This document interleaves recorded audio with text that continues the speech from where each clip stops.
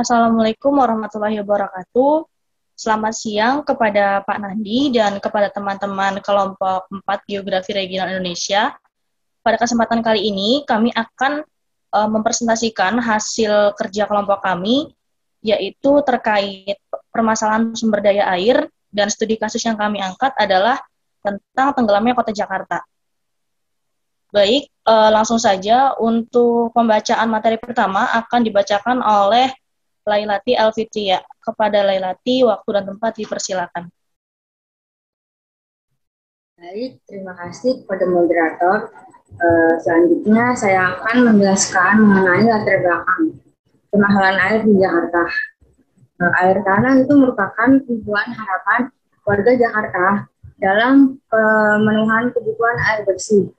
Sebagian besar warga Jakarta memanfaatkan air tanah sebagai sumber air bersih. Jadilah ekstraksi air tanah secara besar-besaran dan hampir tanpa terkendali.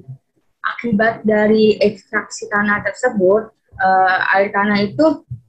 sistem air tanah itu menanggung beban yang sangat berat. Penggunaan air tanah yang berlebihan menyebabkan turunnya muka tanah dan bencana lain yang terjadi di daerah cekungan air tanah tersebut, misalnya banjir.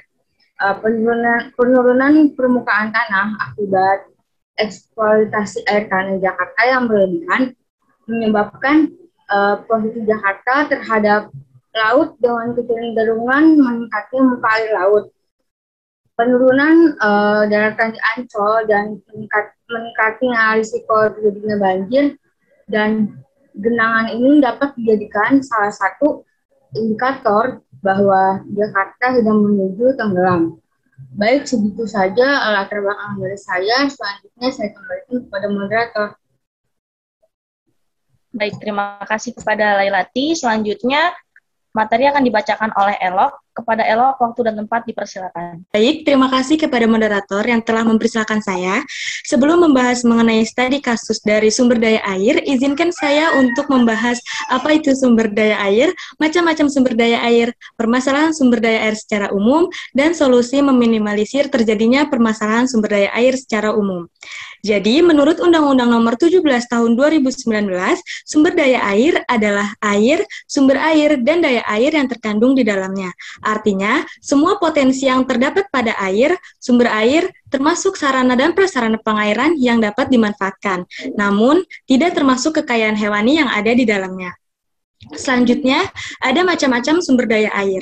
Sumber daya air bersumber dari air tawar karena air tawar merupakan sumber utama air yang digunakan oleh manusia sebagai konsumsi dan berbagai kebutuhan lainnya. Baik, balik lagi ke pembahasan air tawar. Jadi air tawar ini bersumber dari dua tempat. Yang pertama ada air tanah. Air tanah adalah sumber daya air yang terdapat dalam tanah. Air tanah umumnya berkualitas tinggi, tetapi harus ada perawatan yang mana tidak boleh diambil terlalu banyak pada wilayah yang kering, karena hanya terbarui secara perlahan. Dan yang kedua ada air permukaan. Air permukaan adalah sumber air yang terdapat di permukaan bumi yang mengalir dari saluran air kecil yang akhirnya mengalir ke sungai. Selanjutnya ada permasalahan sumber daya air. Permasalahan sumber daya air ini ada banjir, tanah longsor, kekeringan, erosi, pencemaran air, dan lainnya. Dalam meminimalisir terjadinya permasalahan tersebut, kita sebagai pengguna dan konsumen sudah seharusnya berupaya untuk menghemat penggunaan air. Nah, seperti jangan membuang sampah ke badan air, serta mencegah pengundulan dan kebakaran hutan yang berfungsi sebagai penangkap air. Dan sebaiknya di daerah perkotaan hendaknya diadakan hutan kota. Baik, cukup sekian penjelasan materi dari saya kembalikan kepada moderator. Baik, terima kasih Elok atas penyampaian materinya. Selanjutnya saya akan menjelaskan tentang kondisi air tanah di DKI Jakarta. Secara hidrogeologis, wilayah DKI Jakarta memiliki lapisan pembawa air yang cukup potensial. Hal ini dapat ditinjau dari kondisi hidrogeologinya secara akuifer atau lapisan kulit bumi berpori yang dapat menahan air dan terletak di antara dua lapisan yang kedap air. Lalu, curah hujan yang jatuh di wilayah DKI Jakarta sebagian besar itu melimpas di permukaan. hanya sebagian kecil saja yang mengimbuh ke dalam tanah. Imbuhan air tanah di cekungan air tanah Jakarta dalam 2 dekade ini mengalami penurunan dan nilainya hanya 15% dari rata-rata curah hujan tahunan, menurut Seizarwati DKK tahun 2017. Perhitungan pemakaian air tanah akhir-akhir ini selalu dikaitkan dengan tingkat pelayanan air minum oleh perusahaan daerah atau PDAM. Padahal nyatanya diketahui bahwa pengambilan air tanah itu tidak merata. Kondisi ini dapat dilihat dari peta sebaran sumur dalam dan peta muka air tanah Jakarta pada tempat-tempat yang beban pengambilan air tanahnya itu sangat besar. Jadi permukaan air tanahnya akan turun lebih dalam dibanding daerah sekitarnya.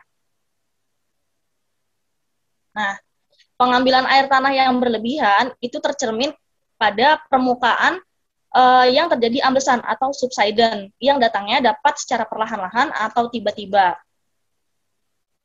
Nah, kebutuhan air yang meningkat menyebabkan orang yang dahulu menggunakan air sungai sebagai air baku beralih menggunakan air tanah yang mudah didapat dan kualitasnya yang lebih baik.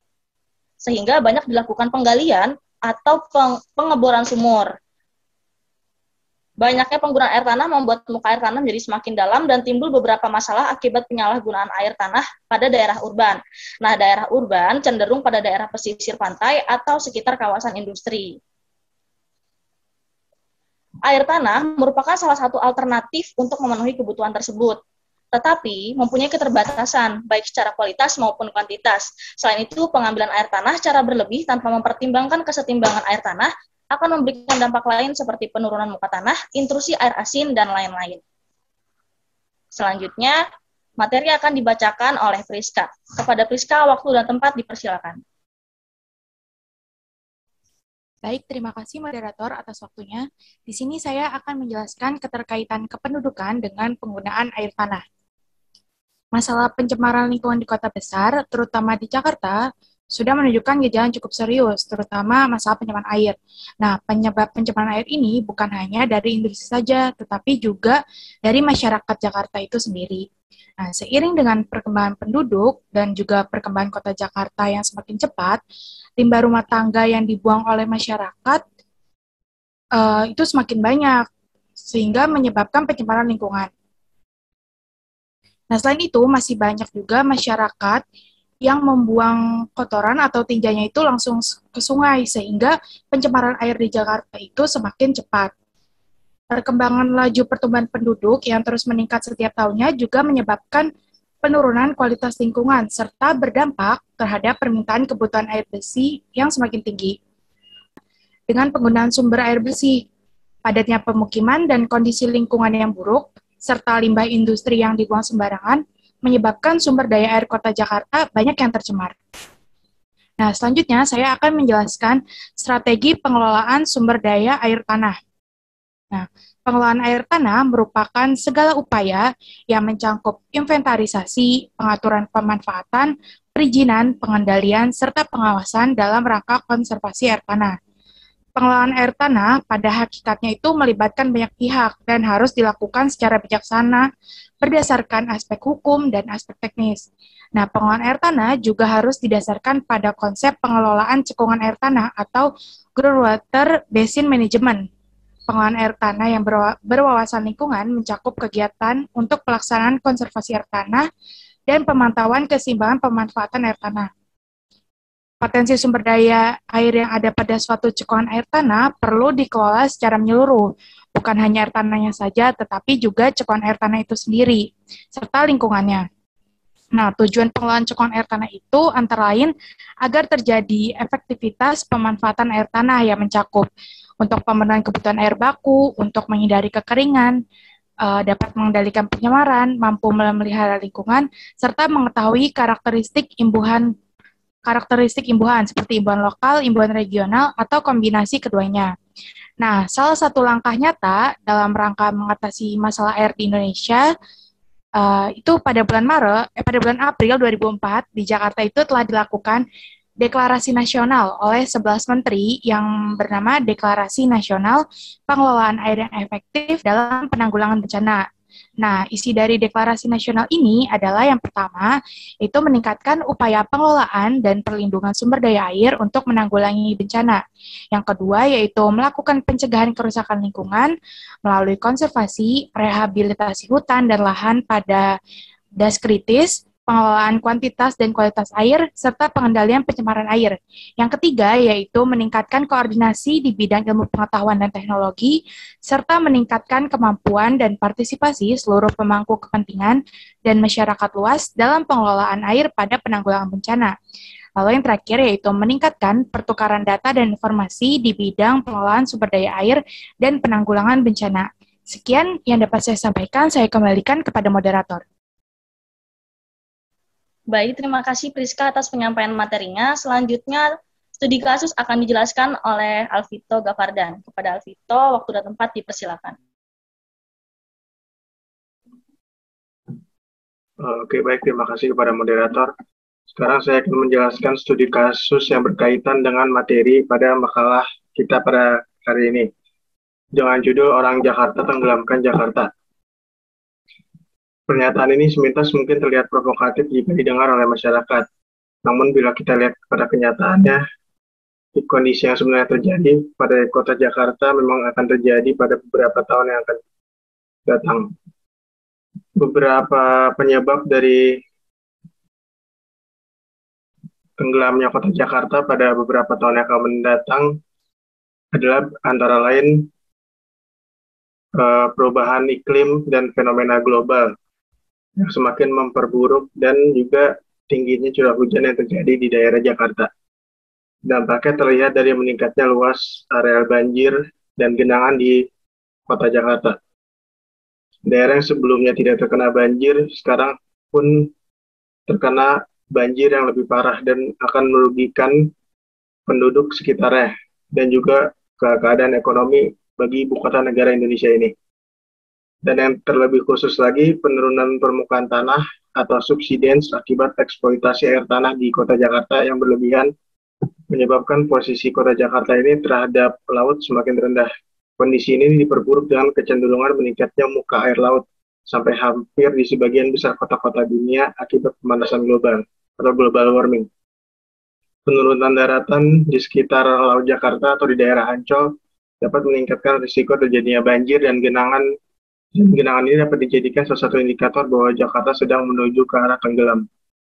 Peningkatan muka air laut ini dari tahun ke tahun menyebabkan pantai sebuah kantor harus ditinggikan setiap tahun untuk meminimalkan terjadinya genangan. Kemudian pertanyaannya, siapakah yang menenggelamkan kota Jakarta sedemikian cepatnya? Orang Jakarta sendirilah yang menjadi penyebab utama tenggelamnya kota Jakarta. Pembangunan rumah mewah yang cenderung tidak meloloskan air, dan itu dilakukan oleh orang yang mempunyai tingkat ekonomi yang sangat tinggi di daerah Jakarta. Kemudian peraturan-peraturan dan penegakannya untuk mengamankan kawasan aglomerasi Jakarta, yaitu Bogor, Puncak, Cianjur, dibuat dan dilanggar oleh sebagian besar orang yang berasal dari Jakarta itu sendiri. Kemudian solusi yang bisa diambil sebenarnya dari masalah yang akan datang, itu tenggelamnya kota Jakarta, antara lain adalah transfer air antara daerah aliran sungai yang berada di daerah Jakarta.